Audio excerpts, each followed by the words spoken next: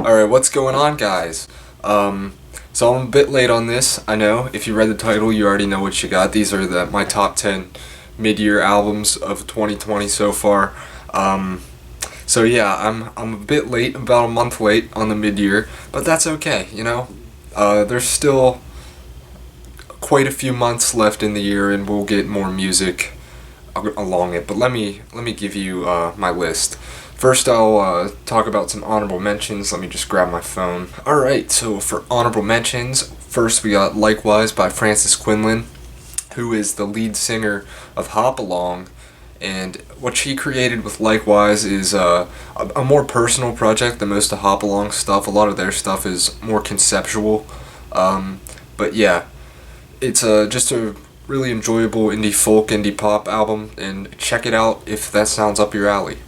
Then we got Mystic Familiar by Dan Deakin, which is a really cool electro pop sort of project. Definitely more on the electro side. I think I talked about it already in 6 albums you should check out video, so if you want to see my thoughts on that, go check that out. Next we got Swimmer by Tennis, which is an indie pop record. It is very reminiscent of like what 50s pop would have sounded like, but with a modern twist to it. Lead singer's got a great voice for it, and the production's pretty solid all the way through, so definitely thought it deserved a spot on the honorable mentions. Then we got Ka, Descendants of Cain, which is a fantastic hip-hop project. Ka is one of the best writers, has been one of the best writers for the last few years in rap. The concept of Cain and all the Bible references throughout to relate to the street life is so interesting to me, and it's definitely a great project. It's not something I put on all the time though, which is the only reason that it's not making the list. And finally, honorable mention, I had to give to Poppy for I Disagree, which is just a fantastic pop metal album, I guess I'll call it. It turns a lot of people off, but I thought it was a fantastic blend of the genres, and I look forward to what she's gonna do next. I hope she continues going down that metal sound, because I think it was better than most of her pop stuff. But yeah. Alright, actual list time. So the way I did this, the way I ranked all of them, it was hard to like pick which one was the best, so I was like, which of these have I listened to the most this year? And those are the ones that I put on. So let's just get started. Number 10, we got Honeymoon by Beach Bunny, which is a great pop punk record. You may listen to it and be like, this sounds like music for 14-year-old girls, which is fine. I completely understand. But man, the guitar riffs keep me coming back. I think Lily's her name. Her songwriting is just really easy to follow and really enjoyable. And there's something relatable for everyone on here. So if you want something with really catchy hooks and really good guitar riffs that you can just jam out in your car to, check it out. Next we got How I'm Feeling Now by Charli Xcx. I did a review of this earlier and gave it a 7, but I'm feeling more of an 8 now. Don't have much to say about it other than it's just another great project from her. It's almost as good as Charli was, her album from last year, and yeah, it just really encapsulates that feeling we all had going in quarantine, and she did a great job with it. Next we got Heaven to a Tortured Mind by Yves Tumor, who sounds a lot like Prince. If Prince was somehow reborn into our generation, he would be Yves Tumor. There are so many like interesting psychedelic riffs he's got going here, and his voice is really cool too. He's got a good mix of like beautiful ballads and bangers on this, and I thought it was really great. Next we got Innocent Country 2 by Quelle Chris and Chris Keys. Chris Keys did his thing on the production. All of it is so lush and so beautiful. It really reminds me of something that would have came out of like Nujabes's discography. Graphic Bleedouts is an absolutely beautiful song. It might be the most beautiful song I've heard all year, and almost every track on here has that vibe, except Bottle Black Power, which is actually one of my favorite songs. That's the only one that like drifts away and kind of goes into this dark sort of like ambient sort of noise, and it's so good. And yeah, Quelle Chris, obviously a great writer, can't comprehend everything he says because his lyrics are really intricate, but it's a great project. Next we got Sadistic with Delirium. This is actually an EP, so I debated putting this on here, but I thought it deserved a spot. I've been a fan of Sadistic for quite some time now.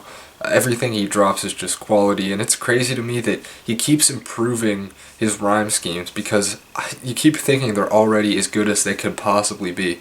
Once again, it's the same subject matter as his usual stuff, mental illness, depression, sort of being stuck in one place, hence the title Delirium. But yeah, production on here is crazy. Pet Sematary is so catchy, and a lot of beats you can bump in the whip if you want.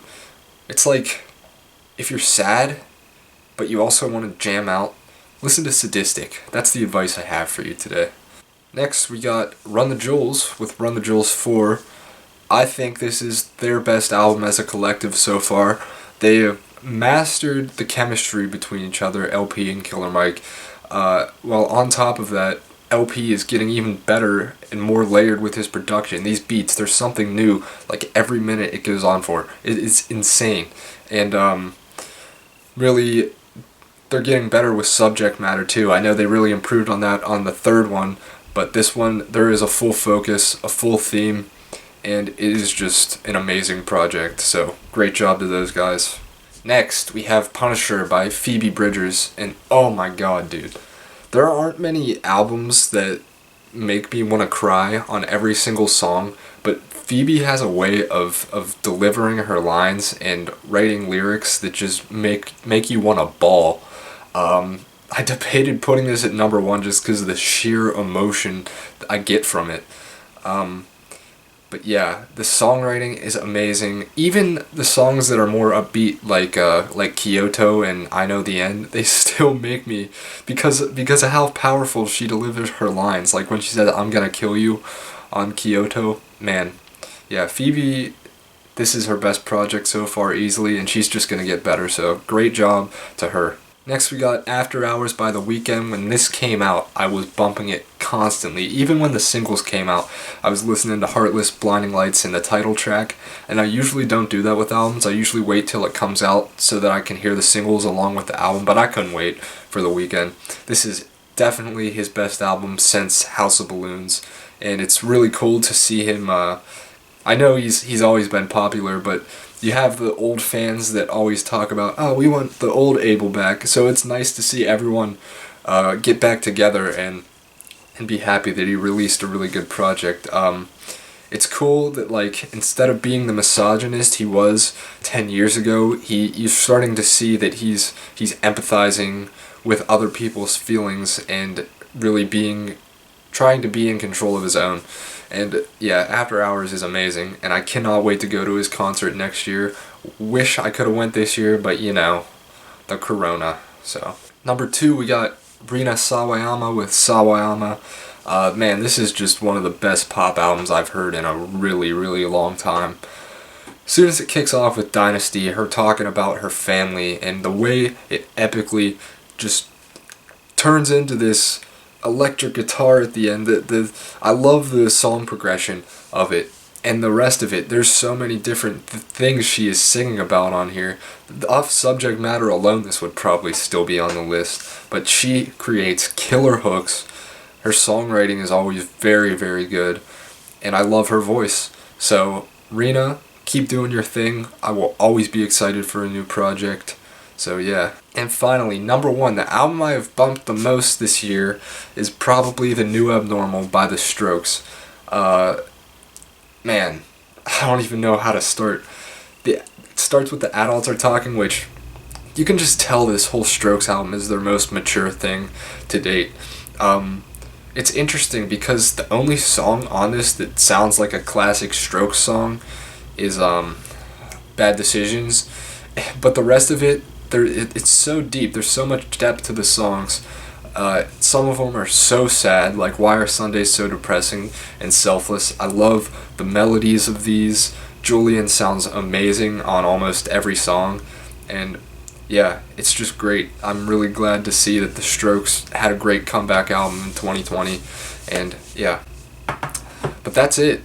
that's my list so far. We'll see how things change. I'll have a new list out come December once 2020 is over. So yeah, thank you guys for watching. I hope you enjoyed. I'll see you in the next video. Later.